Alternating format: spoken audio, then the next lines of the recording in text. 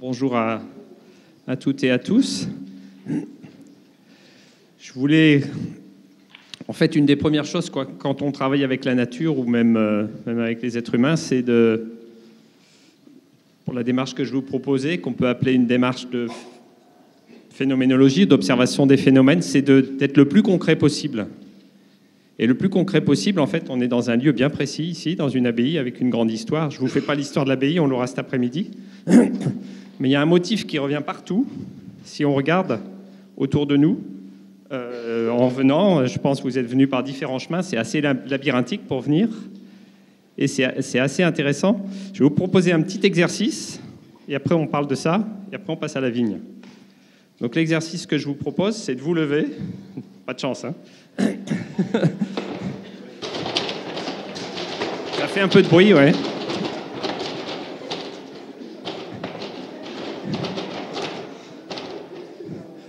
Voilà. Et puis, essayez d'être bien dans vos jambes, bien liés à la terre. Donc vous pouvez sentir comment vous êtes liés à la terre. Et essayez de ressentir ça. Comment vous percevez avec votre corps intérieurement votre lien à la terre, par votre corps, tout simplement, hein, c'est tout à fait basique comme exercice. Voilà, comme ça. Un petit peu, vous sentez, est-ce que ça pèse? Est-ce que vous êtes lié vers la terre? Est-ce que vous êtes bien posé avec les pieds? Enfin, soyez bien ancré, bien installé. Première chose. Et après, deuxième chose, on a la chance d'avoir une belle voûte. On pourrait être dehors, on pourrait avoir un grand ciel bleu.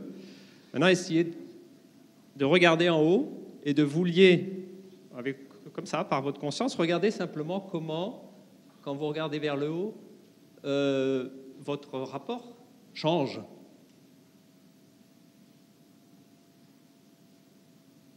Votre regard, enfin votre attention change. Et puis après, essayez de trouver une horizontale. Trouvez un milieu, simplement. Simplement regardez devant vous, tout simplement. On est dedans, hein, on pourrait le faire dehors, l'exercice serait encore mieux. Voilà, et peut-être juste un bref instant, essayez de vous remémorer ces trois expériences. Hein. Je peux pencher le regard, hein, je me lie à la terre, comment ça se passe. Je me lie à l'espace au-dessus de moi. Quelle expérience je fais? Et puis maintenant, je suis entre les deux, quelle expérience je fais? Comment je vis cette expérience? Dans ma relation à l'espace, tout simplement. Je vous remercie. C'était pas très compliqué, hein. C'est pas douloureux.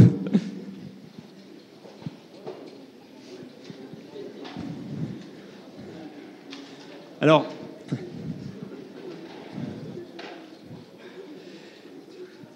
vous voyez peut-être pas encore le rapport avec la vigne, mais ça va venir. Vous inquiétez pas. Maintenant, une question. Si on prend au sérieux ces expériences qu'on vient de vivre, comment on construit un bâtiment? Quel type de bâtiment on construit? Est-ce qu'on construit des cubes où le haut, le bas, la droite, la gauche sont identiques? Ou est-ce qu'on construit ce qu'on voit partout comme motif fondamental du monastère? Des colonnes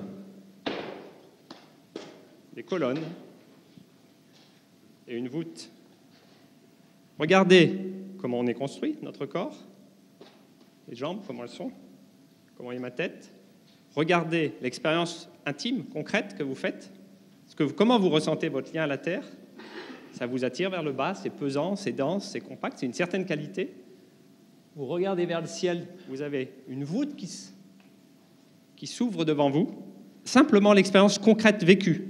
Laissez tomber la tête qui spécule ou qui dit je sais pas quoi, ce que vous ressentez. L'expérience très concrète qu'on fait chaque fois qu'on sort dehors et qu'on regarde le ciel étoilé le soir ou qu'on regarde le ciel bleu. Ça. Et puis entre les deux, entre la terre et le ciel, vous avez le paysage. Maintenant, regardez partout dans le monastère, entre les colonnes et les voûtes, vous avez le paysage. Vous avez des chapiteaux ornés, splendides, et là, vous avez les plantes et les animaux. Des feuilles de vigne, des feuilles d'acanthe, etc., etc. Le monde de la nature apparaît entre terre et ciel. Ça a été vécu, c'était perçu, c'était vécu intimement par tous les sculpteurs, tous les gens qui ont créé ce monastère. On le voit dans chaque chapiteau. Il faut juste regarder et mettre ce qu'on voit en relation avec son expérience intime. Et c'est une expérience tout à fait fondamentale. Je veux dire, le petit enfant qui commence à apprendre à marcher, il fait cette expérience, quoi. Ça n'a rien de de psychédélique, de fumeux, c'est tout simplement prendre au sérieux ce qu'on vit avec notre corps. Voilà, c'était juste un petit exercice pour vous proposer de rentrer dans cette approche sensible de la vigne, de se dire en fait il s'agit de prendre au sérieux toutes les expériences que l'on fait en rencontrant une plante, et chaque expérience qu'on en fait est vraiment importante et peut m'apprendre quelque chose sur la vigne, par exemple s'il s'agit de la vigne. Là, je vous ai proposé ça pour faire écho avec ce que vous pourrez voir encore cet après-midi. Voilà, donc ça c'est une première chose. Un deuxième aspect qui me paraît vraiment important, c'est un aspect qui n'a peut-être pas été beaucoup traité jusqu'à présent, beaucoup d'aspects ont été traités hier, c'est que quand Rudolf Steiner parle de l'agriculture et parle de la manière dont il faudrait élargir l'agriculture pour l'avenir, hein, comme disait Georg Meissner hier, l'idée c'est vraiment un élargissement de l'agriculture. Très régulièrement, dans son cycle de 8 conférences, il revient, pas de manière moralisatrice et pas de manière lourde, mais discrète par petites touches, en disant « il vous faut développer une relation intime ou une relation personnelle ou une relation individuelle avec l'agriculture, avec la nature et avec le fumier même. » Mais on peut entendre aussi avec les plantes et les animaux. Qu'est-ce que ça veut dire ? Pourquoi il propose ça ? Est-ce que c'est une méthode, ça ? Si vous regardez tout ce qu'on a fait dans la pratique agricole qui est devenue agriculture, qui est devenue une production agricole et une production animale, c'est-à-dire on n'est plus une culture de la terre, on fait de la production, et on est agri-manager aujourd'hui. Qu'est-ce qu'on a fait ? On a fait tout l'inverse, on a coupé tous les liens qu'on pouvait avoir. Déjà en montant en haut de son tracteur, on perd le lien avec la terre, quelqu'un l'a dit hier. En séquençant les phases du travail, si je suis éleveur, si je suis plus capable de faire naître mes porcelets, je reçois des porcelets déjà de chez quelqu'un d'autre, je ne sais pas d'où ils viennent, je les revends à un certain âge, je ne sais pas où ils vont. Si vous regardez toutes les pratiques depuis un siècle, tout a été fait pour nous couper complètement du lien qu'on peut avoir avec les plantes, avec la terre, les plantes et les animaux. On a parlé hier de la question des pépinières, c'est quand même énorme qu'un viticulteur ne puisse pas faire ses plants, quoi. Alors plus ou moins il peut, mais clandestin, bon, c'est fumeux, quoi. Je veux dire, la crise phylloxérique pour la vigne a été une aubaine pour pas mal de gens parce que c'était la première étape de ce que font les OGM aujourd'hui. Excusez-moi, je suis radical, mais j'ai des documents qui montrent ça très précisément. Le fait qu'il y ait eu le problème du phylloxéra, ça a été une occasion de dire on arrache toutes les vignes parce qu'elles sont toutes susceptibles d'avoir le phylloxéra, même celles qui ne l'avaient pas encore, parce qu'il y avait des marchands de bois qui avaient du bois à vendre, donc des porte-greffes à vendre, parce qu'il y avait beaucoup de business à faire. Même chose avec les OGM. Les OGM, ce n'est pas pour améliorer les plantes qu'on fait ça, c'est juste pour pouvoir breveter la plante, point final. C'est des raisons économiques, en fait. Vous voyez ? Donc on a... Et là, on est coupé du lien qu'on peut avoir. Parce que si je ne sais pas d'où vient ma plante, si je ne sais pas qui a fait mon porte-greffe, comment il a été fait, si je ne sais pas qui a fait mes greffons, j'achète le truc tout prêt, je ne peux pas être responsable d'un truc que je ne connais pas, en fait. Et le lien est coupé. Et je suis déjà dans une situation très difficile pour me lier. Donc je voulais prendre un petit peu mettre ce thème en exergue. Et puis maintenant, je vais rentrer un peu plus concrètement dans le sujet. Je vais vous proposer un exposé en 3 étapes, en fait. Justement, la question pour se lier à un être vivant, comment on fait ? Il faut employer une méthode particulière, et quand on le rencontre, il faut peut-être avoir une attitude particulière. Je prends souvent cet exemple, si vous voulez vous lier, vous avez des nouveaux voisins, vous voulez vous lier avec eux, faire connaissance, vous ne prenez pas les jumelles pour les regarder à distance. Ça ne sera pas bon pour les relations, vous voyez ? Bah, essayez, hein. Tiens, il n'y a plus de courant, plus rien ? Bon, c'est pas grave. Ah. Vous allez dire bonjour. Et vous allez dire, comment tu t'appelles, etc. Et on commence à discuter. Est-ce qu'on peut faire pareil avec des plantes, en fait ? C'est-à-dire, on ne va pas commencer à prendre la binoculaire, le microscope électronique et faire de la biologie moléculaire pour regarder le quart du détail pour savoir ce qu'est la plante. Il faut peut-être déjà la rencontrer, quoi, telle qu'elle est, en fait, dans sa réalité, telle qu'on peut la rencontrer, comme on peut rencontrer un être vivant. Et un autre point important, c'est que la question ou l'attitude que j'ai va orienter mon regard. C'est-à-dire, si j'arrive vers quelqu'un en lui disant « à quoi tu sers ?» Si le gars il est au chômage, vous serez mal. D'accord ? Parce que, apparemment, Ce n'était pas la bonne question à poser. Si vous lui demandez qu'est-ce qui t'intéresse, qu'est-ce que tu veux faire dans la vie, qu'est-ce que tu veux devenir, c'est une toute autre attitude. Et là, on peut rentrer dans plein de sujets. Oui, il est au chômage, mais il aimerait bien faire ça. Ce qui te passionne, c'est un truc qui est peut-être pas rentable, mais qui est peut-être très utile pour la société, n'est-ce pas? Il y a plein de choses pas rentables qui sont très utiles et plein de choses rentables qui sont inutiles. Donc, vous voyez? Donc la question à votre plante, votre vigne, il ne faut pas lui dire « Ah, combien tu vas m'enfiler de rendement, à quoi tu sers ?» Je ne dis pas qu'il ne faut pas le dire, mais ce n'est pas la première attitude à avoir. Vous ne la rencontrerez pas comme ça. Si vous la regardez comme ça, vous la réduisez à une machine à pisser du jus ou ce que vous voulez. D'accord? Ça veut dire que la question qu'il faudrait poser à votre pied de vigne, intérieurement, l'attitude, c'est « Qui es-tu » ou encore mieux, « Que veux-tu devenir » Que veux-tu devenir la vigne vers l'avenir? Et ça, c'est une énorme question, en fait. Parce qu'on ne sait pas. Et peut-être qu'en dialoguant avec la plante, on arrivera à le savoir. Mais on ne le sait pas. Enfin, moi, je ne le sais pas, en tout cas. Donc, je ne pourrais pas vous le dire, pas de chance. Si vous attendez que je vous le dise. Mais, vous voyez, qui es-tu et que veux-tu devenir? Ça veut dire que je pose la question de l'être. Je ne dis pas comment tu fonctionnes, à quoi tu sers, parce que là, je regarde la chose comme une machine. Je dis, qui es-tu, toi, vraiment, dans ta nature profonde, et qu'est-ce que tu vas devenir, comment tu vas évoluer? Donc je place l'être vivant, je le prends au sérieux comme être vivant.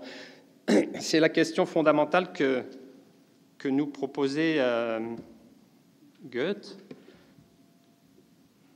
Alors, hop. Si ça veut bien marcher, diaporama. Bon. Voilà. Goethe s'est vraiment posé cette question du vivant, comment développer une science qui permette d'accéder aux principes spécifiques du vivant, de la plante par exemple. C'est-à-dire de ne pas regarder la plante comme un objet, comme une machine, comme un caillou, mais de la regarder comme une plante, c'est-à-dire un être vivant à part entière. Et c'est Rudolf Steiner qui a qualifié Goethe donc de Galilée de la science du vivant. Ça veut dire en fait Galilée a été vraiment pour l'astronomie, a amené une révolution complète, un changement de vision du monde. Le Soleil soit à la place de la Terre, c'est une révolution énorme pour la conscience humaine. Et là, Goethe a fait la même chose, sauf que ça a été beaucoup moins reconnu globalement par la science. Et voilà ce que dit Goethe. Ce qui l'intéresse, c'est changer de paradigme, changer de vision sur les choses. Regarder les mêmes choses avec un autre regard, vous voyez ? Il dit, si j'étais plus jeune, à un certain âge, il dit, si j'étais plus jeune, j'aurais bien aimé aller en Inde, pas pour découvrir quelque chose de nouveau, mais pour voir à ma manière ce qui a déjà été découvert. Donc, ce n'est pas la peine d'aller loin pour découvrir des choses nouvelles. Vous pouvez aller vous pouvez aller voir votre vigne, vous trouverez peut-être des choses nouvelles à chaque fois. Un autre aspect de la démarche de Goethe, c'est de dire, il ne faut rien chercher derrière les phénomènes, c'est eux qui sont la réalité. Il n'y a pas à se faire des modèles explicatifs.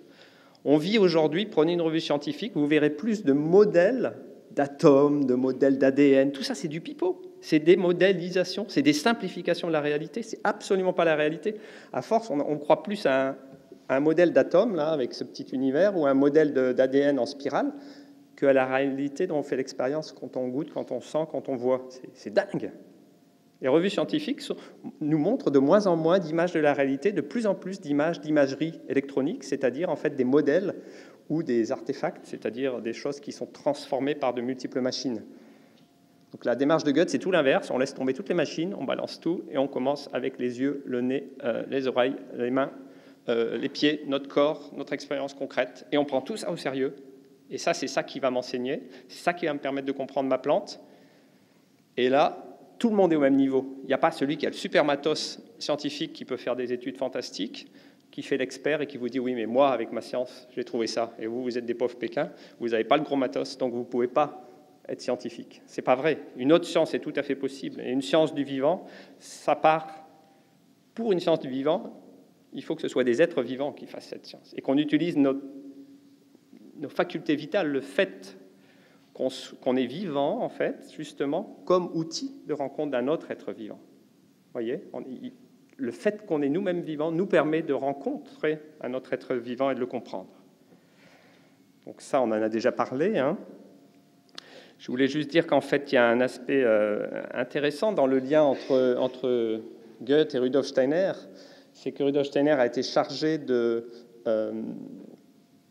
étudier et de publier toute l'œuvre scientifique de Goethe, et il a découvert, Steiner, donc, ce que lui percevait, on va dire, de manière intuitive, directe, clairvoyante, si vous voulez, ce que Steiner percevait de manière clairvoyante, il y avait une possibilité d'y accéder de manière beaucoup plus lente, peut-être, mais en partant de l'observation concrète, sensible, par nos sens, par la vue, par le regard, par le toucher. Et donc, pour Steiner, c'était la révélation, mais oui, tout un chacun peut aller vers une connaissance plus subtile du monde. Ce n'est pas quelque chose réservé à quelques initiés, à quelques clairvoyants. Et partant de ça, Steiner a dit, ce que je propose, ce n'est pas quelque chose d'occulte, comme j'ai lu dans le journal, ce n'est pas des révélations auxquelles il faut croire, c'est une science de l'esprit, c'est une science, c'est-à-dire une méthode qui permet d'accéder à la connaissance de plans plus subtils que seulement le monde matériel. Qu'est-ce que c'est un plan subtil? C'est déjà la vie.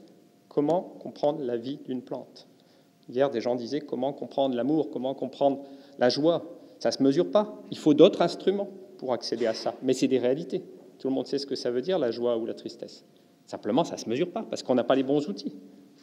Donc, il faut avoir une science élargie. C'est dans ce sens-là que Steiner parle de science spirituelle. Donc, c'est absolument pas non scientifique.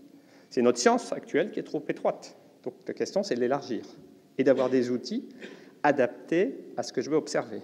Et il nous manque effectivement des outils pour observer le vivant. On ne sait toujours pas observer le vivant parce que, on va voir pourquoi.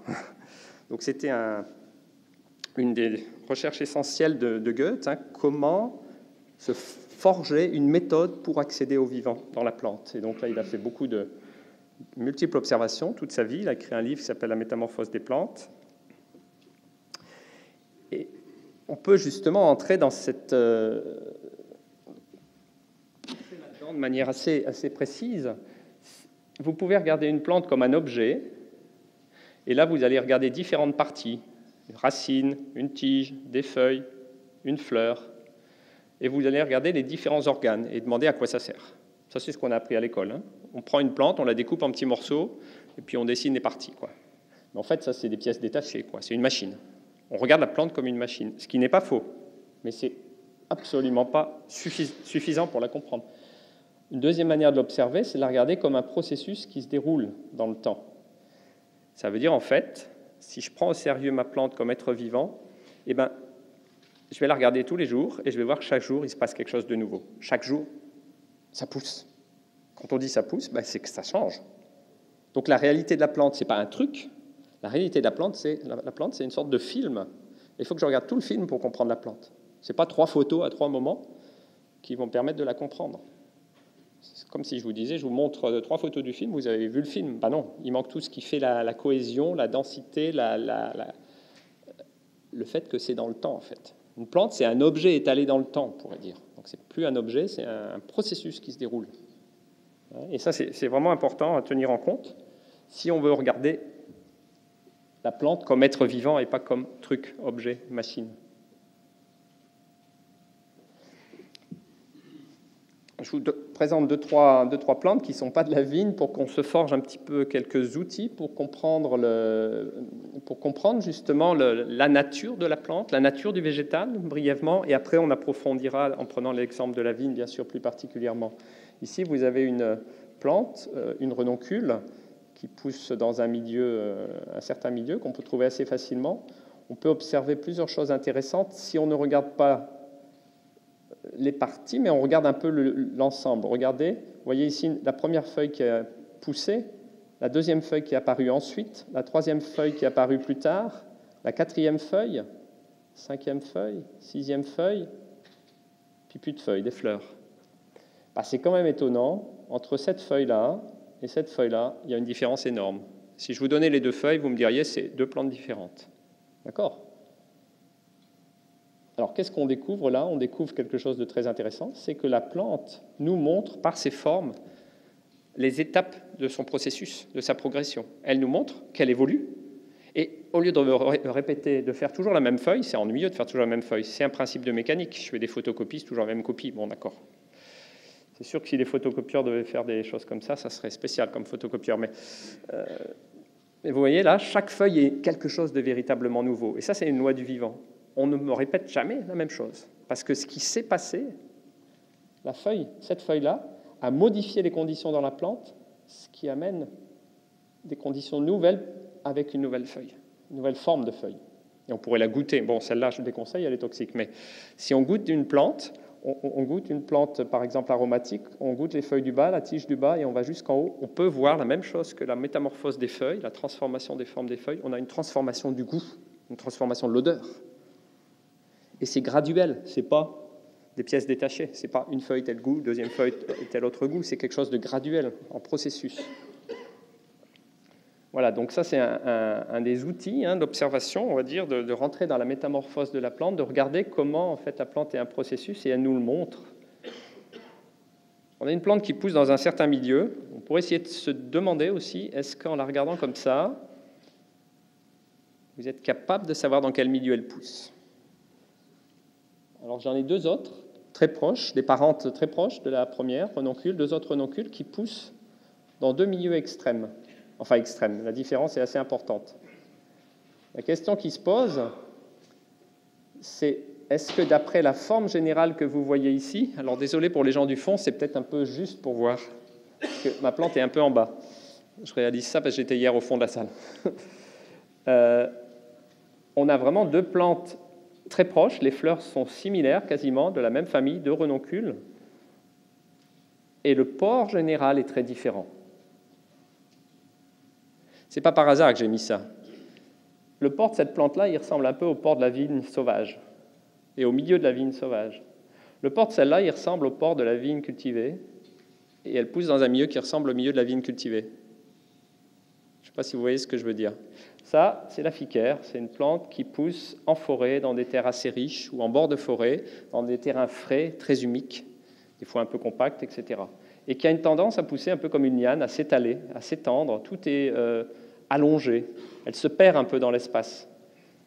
Cette plante-là, elle pousse dans un milieu sur l'Écosse, par exemple, sur un milieu calcaire très sec, en plein soleil, plein cagnard, totalement exposé, donc pas du tout d'ombre, et une terre maigre et aride, sèche. Et on a une plante chez laquelle les feuilles sont totalement contractées, réduites quasiment à la nervure principale, retenues à la base, et la fleur s'élève au-dessus de cette masse de feuilles. C'est pour vous montrer à quel point, ce n'est pas la même plante évidemment, mais c'est deux plantes très parentes. On peut supposer que dans le passé, il y a quelques millions d'années, c'était la même plante. Et au fil de l'évolution, elles se sont diversifiées parce que les critères des organes floraux sont très proches. Les caractéristiques des organes floraux sont très proches. C'est pour vous montrer à quel point le milieu agit sur la plante et que tout autant une plante est un processus, pour comprendre une plante, il faut la regarder dans le temps, au fil de sa croissance dans le temps, il faut aussi la regarder dans son milieu. Et se poser la question, alors là, on est dans des plantes sauvages. Si les conditions ne sont pas là, la plante ne germe pas. La dormance n'est pas levée. La plante ne pousse pas. C'est l'histoire des plantes bioindicatrices. Quand vous cultivez une plante, c'est différent. C'est vous qui dites à votre plante, écoute, tu pousseras là. Et la question de l'adéquation du porte-greffe, du greffon ou de la plante à la parcelle, au terroir, est énorme. Parce que là, c'est vous qui décidez pour la plante. Dans la nature, la plante, elle décide. Et quand ça ne lui convient pas, elle ne germe pas. Et ça, c'est... Il y a des plantes qui peuvent attendre, des graines qui peuvent attendre 10 ans, 15 ans, 20 ans, 30 ans, 50 ans, 100 ans, 200 ans, sans germer. Le jour, château fort, par exemple, dans des châteaux forts, on fait des fouilles, on amène des graines de jusquiam à la lumière, tout d'un coup, tac, elles germent. Et il semble que ces graines étaient là peut-être depuis 200-300 ans. Vous voyez? Donc là, c'est les conditions, la graine a une intelligence qui lui permet de germer si les conditions requises sont présentes. Quand vous faites ce travail, c'est pas simple. Il faut vraiment trouver la manière d'avoir la meilleure adéquation possible entre votre pied, votre plan et votre parcelle. Jadis, c'était beaucoup plus simple. On marcotait, on gardait les pieds du terroir qui s'étaient adaptés depuis des centaines d'années. Aujourd'hui, on achète des choses, quoi. Donc on a un vrai problème déjà. Une vraie question. Ça, Georg a montré ça. Je vais peut-être passer dessus rapidement, c'était voir l'effet de la lumière et l'effet de l'ombre. En fait, on voit ici, Georg l'a montré hier, Georg Meissner, ici on a une plante qui a poussé plutôt à l'ombre, sans lumière directe, et ici on a une plante qui a poussé à la lumière directe. C'est un petit peu la même chose que ce que j'ai montré précédemment.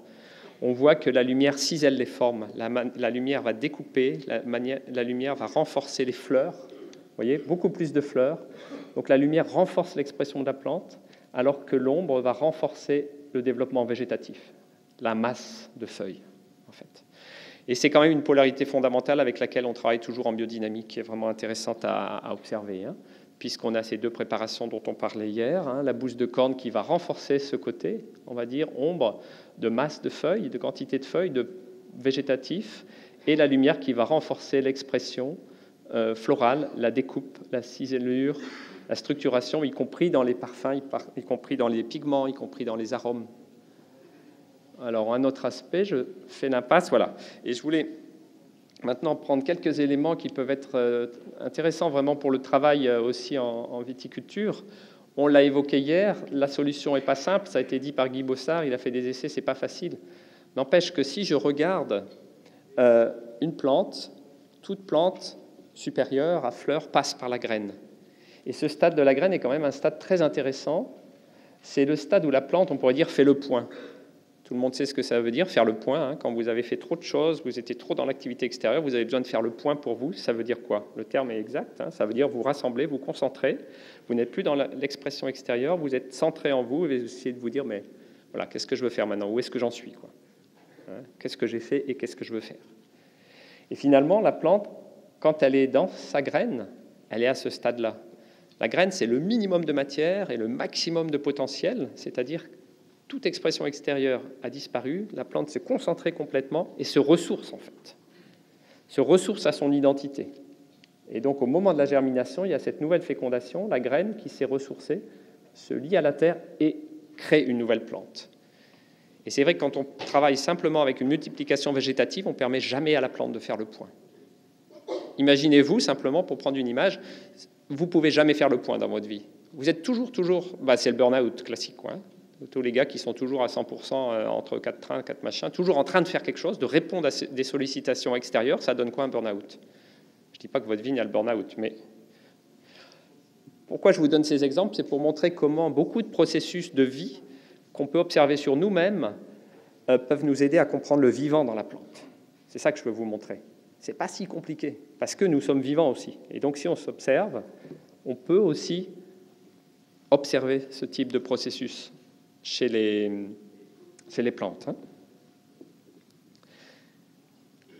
Un deuxième aspect très, très important chez le végétal, c'est qu'après avoir fait le point, une plante qui démarre, elle fait un axe.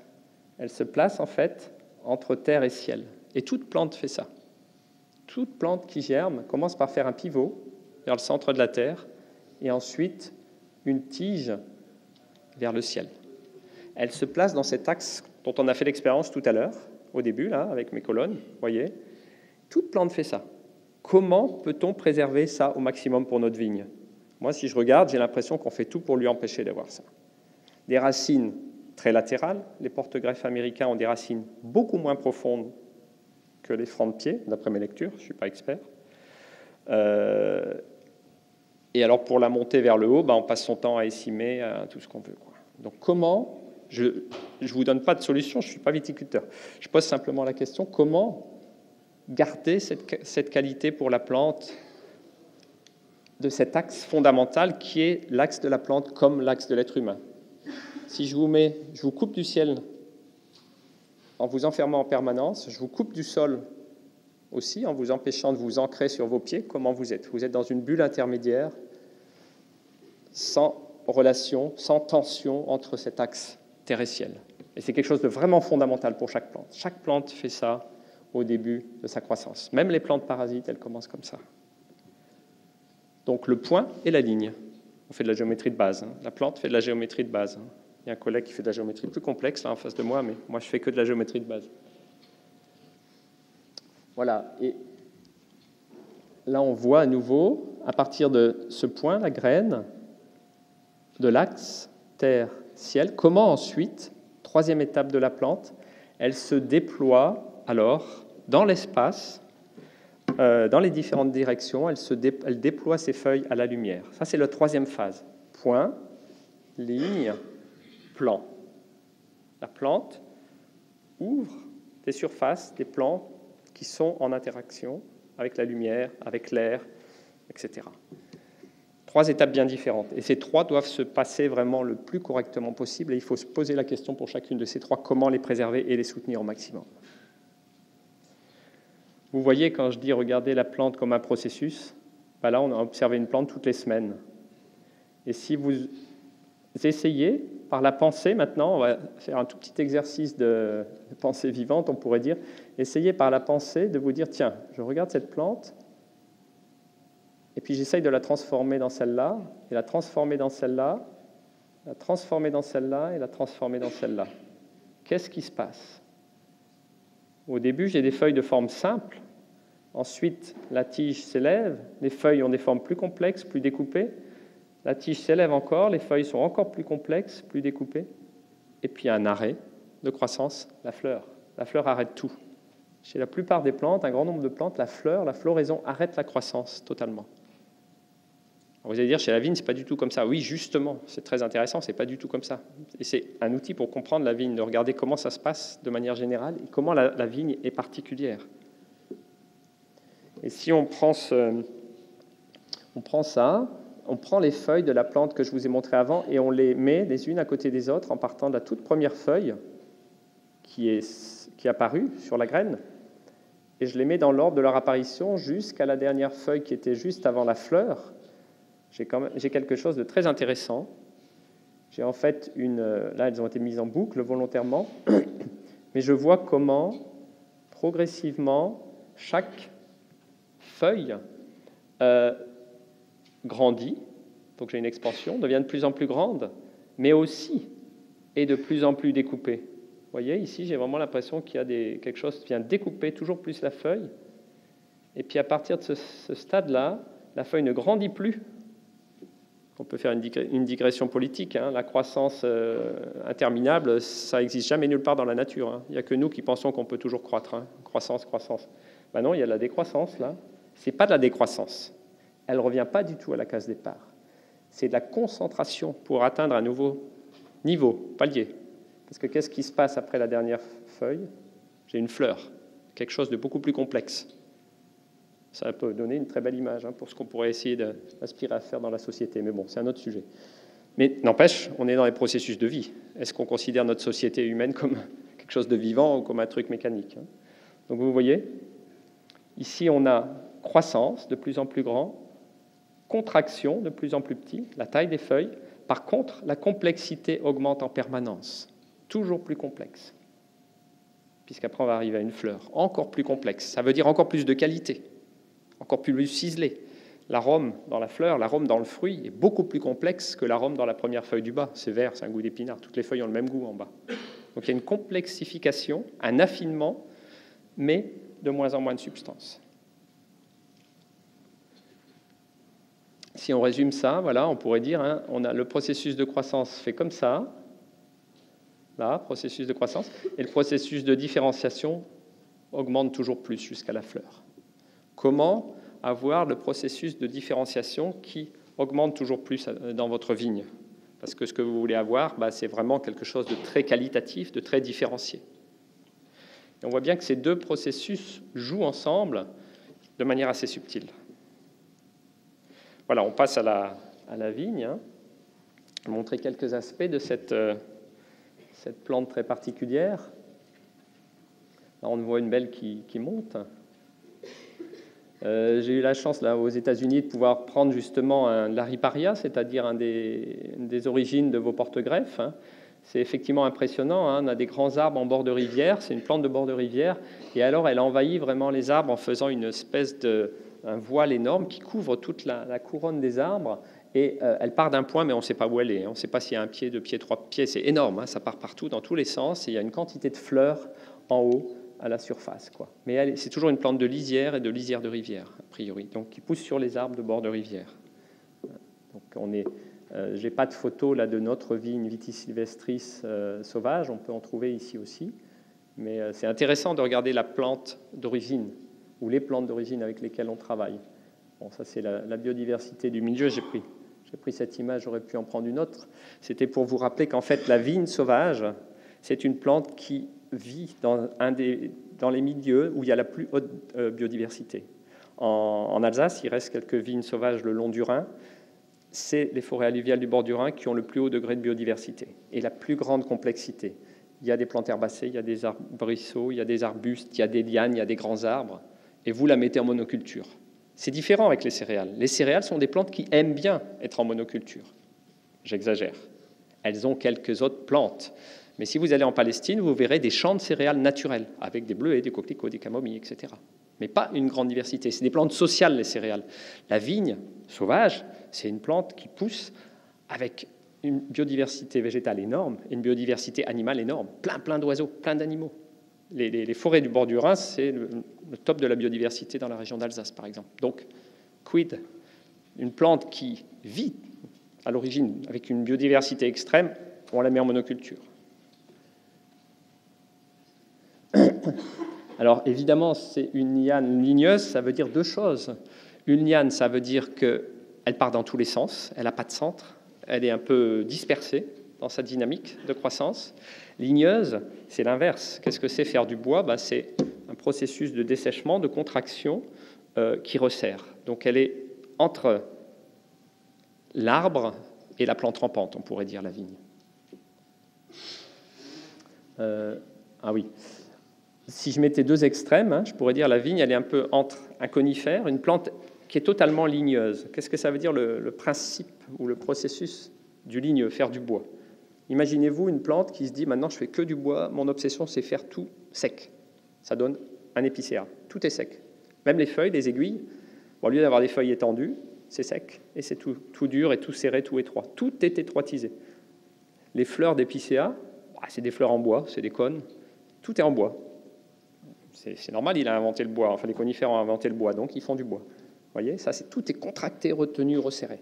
Ça, c'est le geste de côté ligneux, former du bois, ce processus. De l'autre côté, la liane ou la plante rampante, c'est l'inverse. C'est une plante qui s'étend, qui vrille, qui s'entoure. Le liseron, prenez le liseron, il ne sait pas où il est, il s'étale partout, il vrille, il n'est même pas capable d'avoir une tige rigide du tout, rien du tout. Et la vigne, elle est entre les deux. C'est une liane ligneuse. Donc il faut travailler avec ces deux pôles et trouver l'équilibre. Si vous la transformez trop en liane, elle va être trop végétative. Si vous la transformez trop en ligneuse, c'est ce qu'on a fait. La vigne cultivée par rapport à la vigne sauvage est devenue un petit arbre. Jusqu'où on peut aller, comment on soigne ça? Je vous donne des images ou des éléments en fait, pour comprendre la plante, pour l'observer, pour vous en étonner à nouveau, on pourrait dire. Étonnez-vous de votre vigne, laissez pousser des vignes en hauteur, quelques pieds de vigne, laissez-les pousser sans les tailler, ou faites-les grimper, regardez comment ça pousse, profitez de toutes ces expériences. Quelques éléments maintenant de la croissance de la vigne, assez surprenants, dont on parle peu en tout cas en général, c'est que si vous semez des pépins, la vigne au début, elle fait 2 feuilles cotylédonaires et ensuite elle a ses feuilles en spirale. Comme la plupart des plantes, il y a une tige, un axe et les feuilles apparaissent en spirale. Ce n'est pas le cas sur les vignes adultes. On va voir. Sur les vignes adultes, les feuilles sont opposées l'une face à l'autre, à 180 degrés, comme ça. Chez la jeune vigne, elle a cette spirale. Et si on approfondit, on peut voir que cette spirale de feuilles a un lien particulier avec le rythme du soleil. Si vous ne laissez jamais passer votre vigne par le pépin, elle n'a jamais la chance de vivre sa jeunesse. Ce stade-là, il n'existe pas quand vous travaillez simplement avec la reproduction végétative. Je ne sais pas les conséquences que ça a, je montre juste tout ce qu'on empêche, tout ce qu'on ne permet pas à la vigne de faire dans son expression globale. Il faut déjà regarder, faire un état des lieux complet, comprendre la plante vraiment si on veut l'accompagner. Parce que si on dit oui mais on ne peut pas, oui mais on ne peut pas, dans ce cas-là, on va se coucher si on ne peut rien. Donc là, je ne vous donne pas des recettes, je vous pose les questions. Je dis tiens, ça, vos plants de vigne que vous achetez, ils n'ont pas eu ce stade-là, il n'y a pas de chance. La jeunesse, on tire à l'école tout de suite. À la naissance, on met les bébés à l'école. Bon, excusez-moi, l'image est brutale évidemment, mais c'est juste pour marquer un peu les esprits. Pareil, si vous laissez une vigne qui a été taillée un moment et une année, vous ne la taillez pas, regardez le comportement, c'est très intéressant. C'est l'inverse d'un conifère. Un conifère, il ferait une tige, les branches du haut seraient les plus courtes et les branches du bas seraient les plus longues. Là, c'est l'inverse, c'est une plante qui veut vraiment fuser vers le haut et s'étendre dans toutes les directions vers le haut. En fait, une sorte de tension vers le haut permanente. Voilà, donc il y a un geste particulier. Et évidemment, comme l'ahoutement, la lignification n'est pas totale, elle retombe à chaque fois. Vous voyez ce que je veux vous amener un petit peu à rentrer dans le geste de croissance de la plante. Elle cherche à monter, à s'élever par ses tiges, par ses rameaux chaque année, hein, par ses sarments. Mais après, chaque fois, elle retombe en fait dans la pesanteur. Elle se construit comme ça, la vigne. Et c'est pour ça que s'il y a un support, voilà, elle reste, et sinon elle retombe. Mais en permanence, elle cherche à s'élever le plus haut, c'est son aspiration. Le durcissement n'étant pas suffisant, elle retombe. L'année suivante, elle cherche à s'élever et elle retombe. C'est une toute autre dynamique que d'être une céréale. Hein. Un seigle, le seigle, il monte sans aucun problème. Il a sa silice qui structure sa tige, il monte. Et s'il est en bonne santé, qu'il est bien soigné, il fait 2 mètres de haut et il ne verse pas. Et il est tout fin. La vigne, elle est épaisse, elle cherche à monter et elle retombe. Et en disant ça, je ne dis rien de positif ou négatif contre le blé ou entre le seigle et la vigne. Je montre que c'est simplement 2 modes d'expression tout à fait différents du végétal. Et c'est intéressant de les comprendre. Et de se dire, tiens, pourquoi jadis les Romains, les Grecs, ils plantaient, ils semaient des céréales entre la vigne. Tiens, bon, parce que c'est peut-être 2 extrêmes différents. Peut-être ça se complète. C'est peut-être pas si bête que ça. Peut-être pas que pour des raisons pratico-pratiques. Parce que les anciens, ils n'avaient pas qu'un regard pratico-pratique, sinon ils n'auraient pas fait des chapiteaux comme ça. Hein. Ils auraient mis des cubes en béton, hein, comme on fait. Ben ouais. Voilà, donc cet aspect-là, la vigne, j'ai dit donc liane, bien sûr, hein, je viens d'en parler, donc qui retombe toujours, qui est soumise à la pesanteur, elle cherche à s'élever vers le ciel, vers la lumière, mais soumise à la pesanteur à nouveau. L'autre côté, le côté ligneux, là, celle-là, elle est un peu abîmée. Ça a été dit hier, mais c'est un aspect vraiment important. Le bois, en fait, on peut comprendre vraiment le bois. Et la vigne essaye de faire du bois, essaye de faire du cambium. Ce n'est pas le bois le plus élaboré, ce n'est pas le cambium le plus élaboré. Des arbres qui vont beaucoup plus loin. Mais qu'est-ce qui se passe, en fait? Pourquoi on dit que c'est de la terre surélevée? Ce n'est pas une image bébête de dire c'est de la terre et puis la terre s'élève. C'est une image du processus réel. Quand Steiner dit le bois ou le tronc d'un arbre, c'est la terre surélevée, il veut dire qu'en fait, comparé à une plante annuelle, vous avez une petite plante annuelle, un petit senson, une plante annuelle, qu'est-ce qui se passe avec toute la matière de la plante à la fin de l'année? Tout se décompose et redonne de la terre, de l'humus.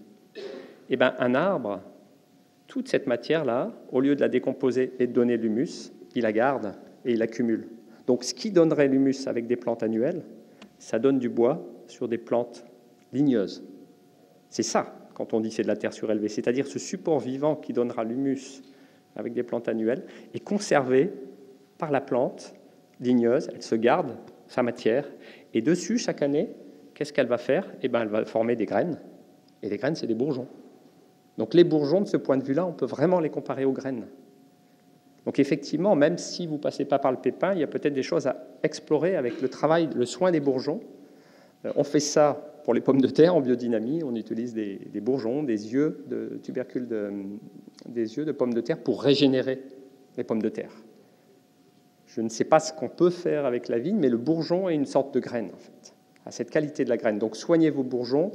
En automne, il faut vraiment que les bourgeons soient bien protégés, soient bien fermés, des écailles bien durcies, bien séchées, qui isolent bien la plante de l'environnement humide extérieur et qui permettent à la plante de se ressourcer au moins par le bourgeon. Donc c'est un point particulièrement important, le bourgeon. On ne l'appelle pas œil pour rien. On l'appelle œil dans plusieurs langues. Et il y a des études assez récentes ont montré que les bourgeons des arbres et des plantes, en hiver, quand ils sont fermés, ils pulsent en lien avec des rythmes cosmiques précis. Et c'est des études très précises faites par un mathématicien, Lawrence Edwards, qui montrent que, par exemple, les bourgeons du chêne s'ouvrent un petit peu quand la Lune est en opposition avec la planète Mars. Le chêne a une affinité à Mars, et c'est prouvé par des observations très précises, etc., avec d'autres plantes. Donc il y a vraiment un moment où la plante n'est plus à l'état de graine ou de bourgeon, elle n'est plus en lien avec l'environnement proche terrestre, la Terre, l'eau, mais elle est en lien avec les planètes, le cosmos, on pourrait dire. Comment on permet à la vigne de faire ça? Et est-ce que là, il n'y a pas des pistes pour une régénération? Voilà, je vous disais, la jeune vigne qui sort de pépin, elle a des feuilles en spirale, Après la vigne adulte, je pense que vous l'avez tous observé, les feuilles sont opposées à 180 degrés. Hein. Donc il y a ce qu'on appelle la dorsiventralité, les feuilles sont opposées face à face. Donc il y a un nouveau principe qui vient s'exercer et qui place la vigne, en fait les feuilles sont dans cet axe, un peu l'axe terrestre qu'on a, ou l'axe qu'ont les animaux avec un avant et un arrière. C'est assez particulier, il y a assez peu de plantes qui font ça. Après, on peut regarder évidemment le détail, la forme des feuilles, hein, qui est très, très intéressante. Si on regarde différentes feuilles, vous voyez, on a évidemment toute la palette, si je me souviens de la métamorphose des feuilles que je vous ai montré, et on prend ça comme critère. On pourrait dire ici, on a une feuille qui est plus proche du stade de différenciation. Elle est assez découpée. C'est des cépages différents, hein, c'est juste pour exercer le regard. Hein, et les dents sont assez formées. Chez d'autres cépages, dans d'autres situations, vous avez des feuilles beaucoup plus rondes et qui perdent quasiment la forme. Ici, on voit une tendance à perdre la forme. On pourrait dire que là, pour moi, il y a la matière domine sur la forme. Je ne sais pas si vous voyez ce que je veux dire.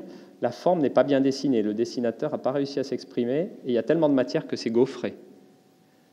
Si vous observez ça, vous pouvez déjà vous dire qu'il y a un certain déséquilibre présent qui s'exprime par la forme dans ma plante. Alors, ça peut être à cause du cépage ou à cause de je ne sais pas quoi, ça peut être à cause de l'année, ça a plein de raisons. Mais en tout cas, cet indicateur vous dit, là, excès de force de croissance, manque de force de différenciation. Comment je peux renforcer la différenciation de ma plante? Parce qu'elle est gaufrée, parce que la forme n'est pas très régulière comparée à celle-là. Vous voyez, là, la feuille n'est pas du tout gaufrée et la forme est beaucoup plus régulièrement découpée. Donc là, vous avez un outil d'observation direct pour essayer de voir. Alors, manque de différenciation, en biodynamie, de manière assez simple, la première réaction, ça pourrait dire, il faut peut-être passer une silice. Bon, il faut réfléchir avant de la passer tout de suite, mais ça pourrait être... C'est-à-dire la silice va apporter plus de lumière, donc plus de force de différenciation. Ça pourrait être une première réaction de base qui n'est pas fausse. Il faut voir si c'est le bon moment, etc. Mais, par exemple, pour vous donner une chose concrète, à l'inverse, si je vois des feuilles qui sont trop petites ou trop découpées, trop dentées, trop resserrées, trop épaisses, je dis, oula, là il y a un peu trop de force de différenciation, trop tôt. Est-ce qu'il ne faut pas permettre aux feuilles de s'épanouir un peu plus, de se développer un peu plus, aux prochaines, celle-là c'est trop tard pour elles, mais est-ce qu'il ne faut pas remettre un coup de bouse de corne, une pulvérisation de bouse de corne pour renforcer un peu ce développement végétatif de manière harmonieuse? Vous voyez, donc là, par l'observation, on a directement des outils pour penser ce qu'on va faire, quoi. Et alors, c'est intéressant. Je prends des feuilles de différents cépages et vous verrez qu'il y avait évidemment une palette assez intéressante de formes. Je vous incite à regarder les différentes formes des feuilles, les formes des feuilles des différents cépages en fonction des régions. Il semblerait qu'effectivement, il y ait comme un axe un peu nord-sud et un axe blanc-rouge. Nord-sud, c'est-à-dire plus on va vers le sud, plus on a des cépages à feuilles découpées. Ce n'est pas toujours le cas. Ça paraît très logique, il y a beaucoup plus de lumière dans les régions du sud. Dans les régions du nord, on a plutôt des cépages à feuilles rondes. Ça pourrait permettre aussi de mieux savoir par rapport au terroir dans quelle parcelle on va mettre quel cépage, pourquoi pas. C'est un des outils d'observation qui peut être très utile. Et puis là, c'est assez marrant parce qu'en fait, ici, on a 4 cépages blancs. C'est tiré d'un bouquin de... Ferré, là. Bouquin d'ampélographie. Et là, on a 4 cépages rouges. Et c'est quand même assez étonnant. Les cépages rouges, de manière, ont des feuilles plus découpées. Mais un cépage rouge, de toute façon, globalement, tout est plus différencié. Il fait plus de pigments, il fait plus de tanins, tout est plus structuré, tout est plus... C'est dans sa nature. Vous voyez ? Donc, ce que je veux vous dire, c'est qu'en fait, toutes les observations que vous pouvez faire sur la plante, la forme des feuilles, le port, est-ce qu'il aoûte bien, est-ce qu'il se lignifie bien, est-ce qu'on peut... Voilà, il y a des cépages qu'on peut tailler en gobelet, d'autres on ne peut pas, parce qu'ils sont trop souples, justement. Tout ce que vous pouvez observer, vous pouvez rassembler toutes ces observations, donc le port de la plante, la souplesse ou la capacité à se lignifier des sarments, la forme des feuilles, la couleur de la grappe, la forme de la grappe, tous ces aspects-là, vous pouvez les rassembler et essayer de vous faire une image personnelle de chaque cépage. Mais quel est le caractère de chaque cépage ? Et chaque fois que vous faites une nouvelle observation, vous l'ajoutez, et les cépages, ça va devenir des personnages avec des tempéraments bien précis. Et du coup, vous pourrez beaucoup mieux ajuster vos traitements et vos manières de les accompagner. Parce que c'est des personnalités différentes, quoi. Si on a 3 enfants dans une famille, chacun a un tempérament différent. Si vous appliquez le même régime à tout le monde, ça ne marchera pas, quoi. Parce qu'un enfant, il peut être hyper sanguin, il faut que ça change, il faut que ça bouge, et puis l'autre, il est flegmatique, il lui faut une demi-heure avant de se mettre en route, mais quand il est en route, il ne s'arrête plus parce que, voilà. Les cépages, il y a peut-être de ça aussi, quoi. Voilà, donc ce fait que notre vigne, elle cherche toujours à s'élever plus haut, hein, ça c'est clair. Voilà, ça c'est une belle image, on ne va pas aller trop longtemps là-dessus. J'ai combien de temps encore? 5? Wow, bon.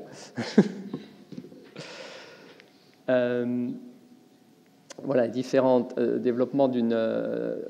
stades de développement d'une feuille de vigne. La vigne ne fait pas véritablement de métamorphose des feuilles, hein, là, mais vous avez d'ici à ici le tout premier stade jusqu'au stade adulte de la feuille. C'est intéressant de voir que la forme est présente avant que la matière remplisse la feuille. Donc la forme est déjà présente en miniature, les axes principaux sont déjà présents, et la matière vient remplir ensuite. Donc c'est pas la matière qui s'accumule et qui crée une forme par hasard. La forme est déjà, l'idée est là avant la matière, on pourrait dire. C'est un peu philosophique, mais il y en a pour la journée à réfléchir à ça. Hein. C'est-à-dire, est-ce que l'idée est avant la matière? L'organisation du rameau est assez particulière chez la vigne, puisque les fleurs qui donneront les fruits sont en bas du rameau. Chez une plante entre guillemets normale, excusez-moi, je ne dis pas qu'elle est anormale la vigne, les fleurs sont en haut et stoppent la croissance, sont à la fin de la croissance. Alors que là, on a quelque chose de très particulier. On a une plante en pleine croissance végétative qui fait ses fleurs. C'est-à-dire qu'elle n'est pas du tout au stade de différenciation. Elle est en plein début de croissance, si je me souviens de ma petite métamorphose, et elle fait déjà les fleurs, et elle redouble après de feuilles et de vrilles. Comment comprendre ça? Ça veut dire que c'est un stade bien, bien particulier, et la fleur, au lieu d'être au sommet de la tige, c'est-à-dire ouverte vers le ciel, hein, l'élément vraiment cosmique, chez la plupart des plantes, les fleurs s'élèvent, s'ouvrent au ciel, et on pourrait dire ne s'intéressent pas du tout à la terre. Ils ont vraiment, comme quand vous avez levé la tête vers le ciel, c'est l'attitude de la plupart des fleurs, de beaucoup de fleurs. La fleur de vigne, c'est très différent. Elle a son petit capuchon, elle ne veut pas s'ouvrir au ciel, elle est plus ou moins cachée sous les feuilles. Et pour quelqu'un qui est un mécréant comme moi, si je regarde des fleurs de vigne, je me dis c'est des jolis bourgeons, mais la fleur, elle vient quand là? Puis ça tombe, et puis c'est passé, puis il n'y a toujours pas de fleurs. Vous voyez ce que je veux dire? Il n'y a pas d'expression florale par les formes. Il y a une logique, évidemment, à ça, et il faut la trouver. Hein, ne prenez pas ça pour une critique, mais c'est des questions. Les botanistes ont longtemps réfléchi comment comprendre la vigne, et il y a une théorie que je trouve assez intéressante, c'est de dire en fait, un rameau de vigne, c'est un empilement de tiges qui se superposent les unes sur les autres. Et du coup, on peut comprendre la vrille ou la fleur, c'est la fin d'un premier rameau. Mais il y a tellement de puissance végétative qu'elle en refait un deuxième. Une plante normale, elle s'arrêterait là. Elle ferait sa fleur, elle s'arrêterait. Stop. La vigne a une telle puissance végétative, elle en refait un deuxième. Une feuille, une vrille. Elle devrait s'arrêter là. Mais non, il reste encore plein de puissance végétative. On continue. Et on continue. Et on continue. Alors, vous pouvez le prendre comme une info, dire c'est sympa. Ce que je souhaiterais plutôt vous transmettre, c'est de dire, mais essayez de le ressentir intérieurement, vous dire qu'est-ce que ça signifie, une plante qui se construise comme ça, toujours, et chaque fois, elle a une puissance végétative énorme qui permet de refaire un rameau, une fleur, elle s'arrête, ou une vrille, et puis elle continue, et elle continue. Et en fait, une pensée vivante, c'est ça, c'est essayer de rentrer dans la plante, si on peut dire, ou de se mettre à la place de la plante, d'être en empathie pour essayer de la ressentir, la comprendre intérieurement et pas seulement extérieurement. Et ça change beaucoup de choses pour votre rapport à la plante. Voilà, plante, la vigne qui veut toujours s'élever. Donc les vrilles, j'en ai parlé. Les vrilles, on pourrait approfondir. Comme je n'ai pas beaucoup de temps, j'en parle pas beaucoup plus. Mais c'est très, très particulier. Hein, quelque chose qui va toucher les éléments physiques.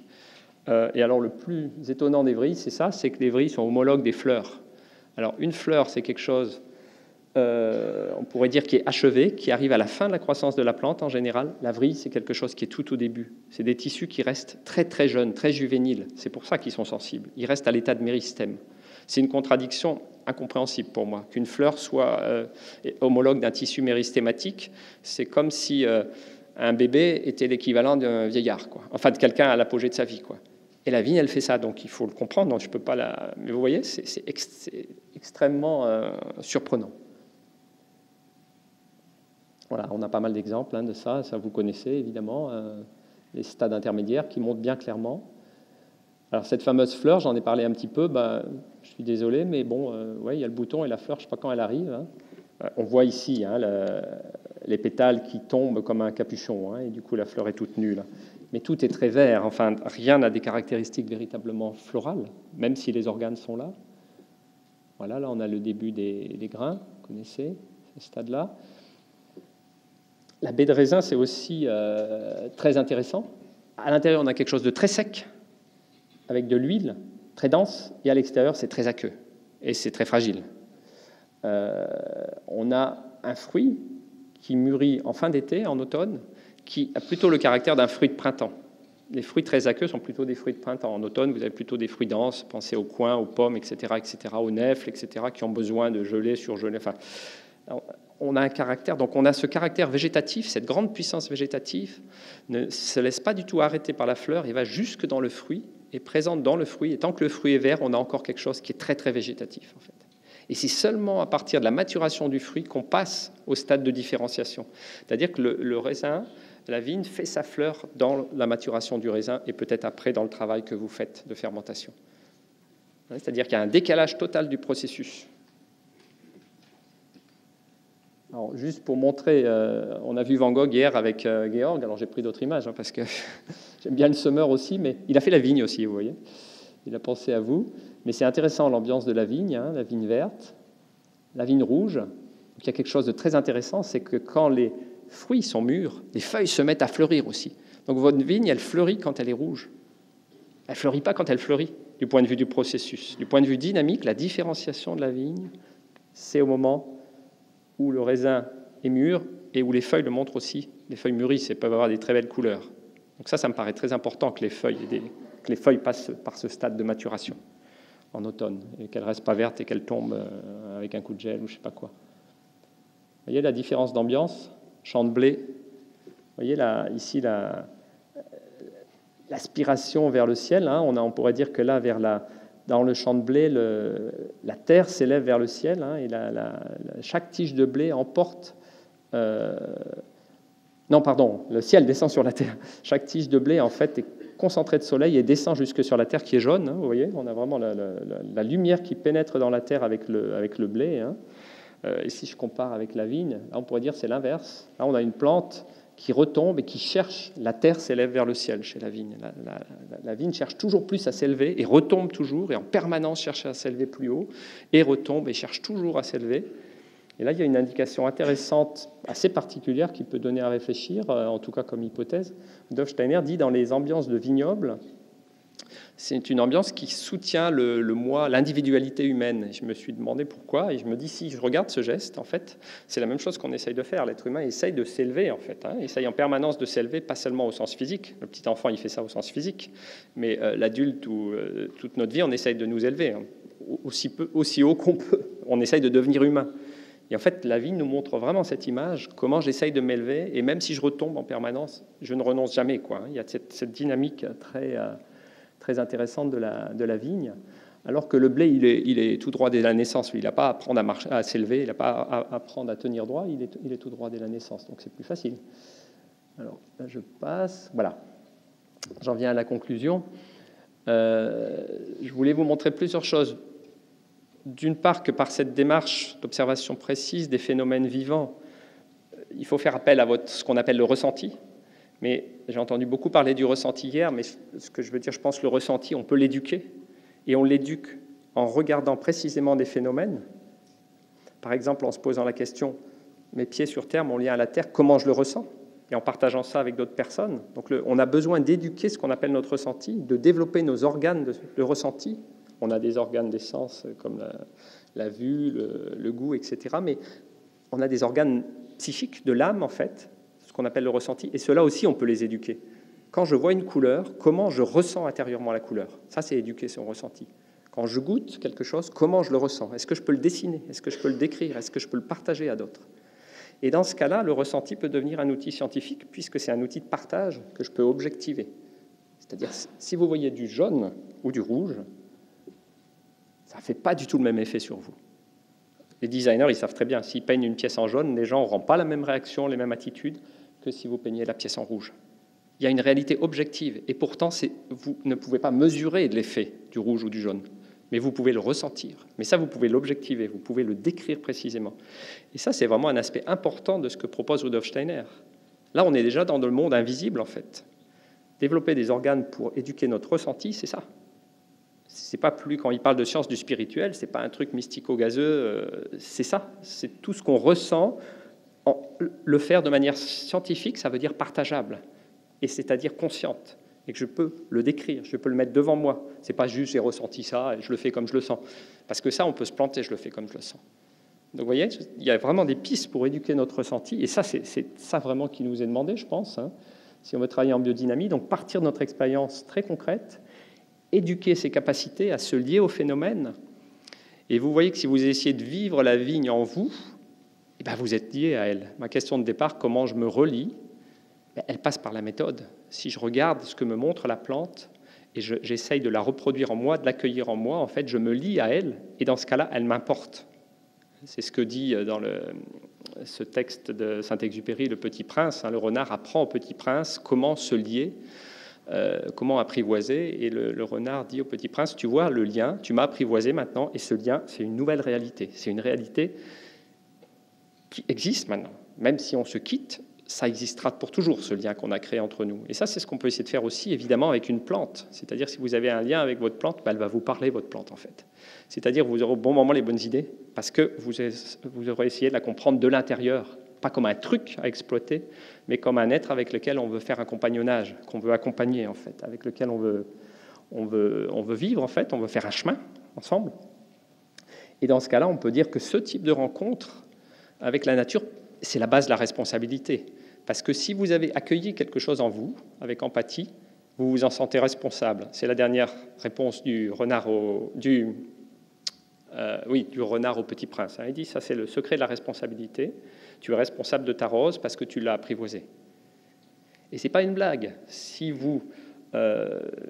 tout le monde a vécu ça, je pense. Je sais qu'on a déménagé, par exemple, il y a quelque temps. On avait un jardin. Enfin, ma femme s'occupait plus du jardin que moi, mais était très liée à son jardin. On a déménagé, le jardin a été complètement détruit. Elle en était malade. C'est-à-dire que ce lien l'a rendue malade parce que le jardin n'a pas été respecté et elle s'en sentait responsable. Vous voyez ce que je veux dire? C'est des réalités qui sont largement aussi fortes que toutes les réalités matérialistes dont on peut vous parler. Et c'est le problème fondamental aujourd'hui qu'on a dans quasiment toutes les professions. Comment être responsable de ce qu'on fait? Il faut avoir les conditions pour connaître tout ce que vous faites. Donc ça, c'est une première chose. Acquérir votre souveraineté, c'est pas facile. On a vu le problème des plans. On n'a même pas le droit de faire ces plans.